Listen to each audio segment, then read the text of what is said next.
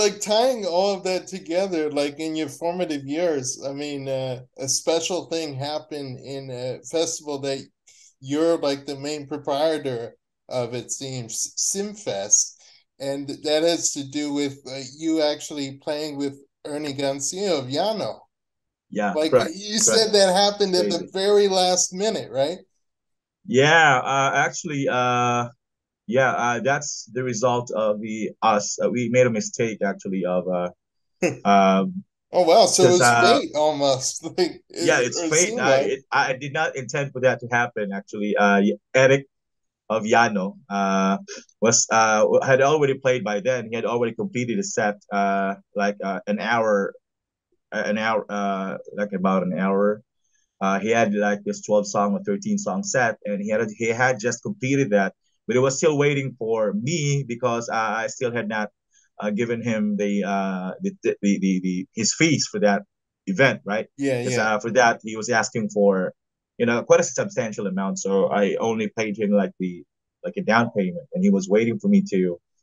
And he was hanging out a bit in the back. He was drinking beer, and I was waiting for the organizers, my other organizers, to come up with the cash. We already had it, but we were still counting it. It's Yeah. actually the first time they were charging fees for SimFest. The previous events we were not charging fees, but for this one we had to charge because of Yano, because they were asking for Yeah, the big fees. name So acts, you know. yeah, they're big name acts. So as he was waiting in the back, actually by the side of the stage, he had his own tent.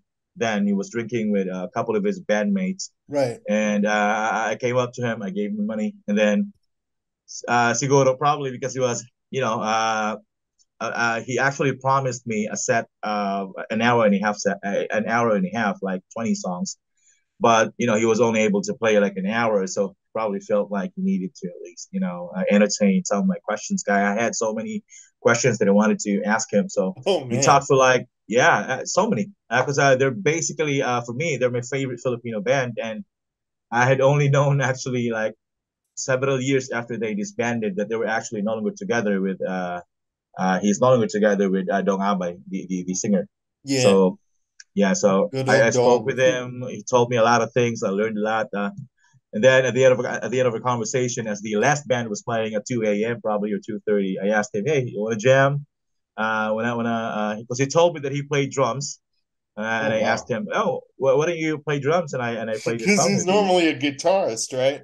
Yeah, yeah, he's a guitar player and a singer. So I think it's actually the first time that anyone's ever seen him on film. I mean, on camera, play drums.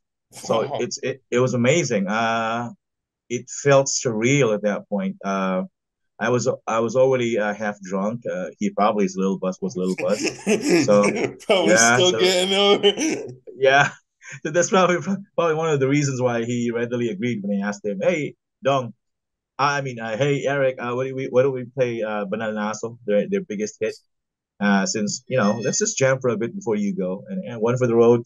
And he played, and it was amazing. I actually fucked up many times during the song. I just That's why I edited Oh the man. video. Yeah, yeah, because I felt so nervous playing in front of the guy. So But it was still yeah, cool, you know. It still is a good thing. It's kind of like a full circle moment for you. yeah. Like I don't know if I've already posted this, but back in when I was in college in 2004 to 2008, the only Filipino band that I consistently listened to was actually Yano, Oh his band. wow. So, and I've always commented to myself because back then I did not have any internet connection. I could only go to the internet when I go to these Like internet cafes or shops, something? the cafes. Yeah, the cafes. But I was poor as heck back then, so I only had money to for transportation and food. So what I did, I could only go to these internet shops ever so rarely, like once a week, Yeah. and like I could only spend like a couple of hours there. So I was not able to actually do my research on Yano or what was happening to the band back then. So all this time that I was listening to them in college, I was thinking that they were still together, and I often told my friends that they're the best Filipino band ever. I've always been consistent with that. I've always been a big fan, and even several years later, somehow I still, even when I had internet access, somehow I did not know still that they were already disbanded. In 2015, I posted, even posted on Facebook that the greatest guitar solo in the history of Filipino music is the guitar solo for Banal na Aso. Uh, Bananas. Yeah, I figured yeah, yeah, that's the acoustic. I spoke it with is. It is a good one. Eric. Like I've Yeah, listened to it over and over since I was like 15. oh yeah, right. It fits the song, and it's so, for me it's so divine and ethereal.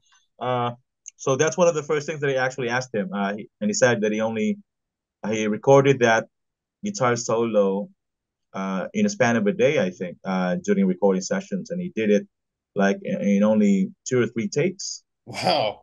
Yeah, Yeah. uh, that actually amazed me, and I commended him on the solo. I told him that it's my favorite, and you know, he said that it was the first time that he that somebody's told him, about how much they appreciate that solo. Because most of the time, the people here, when you speak of Banal na Aso, normally what people normally associate with that is the vocal line, right?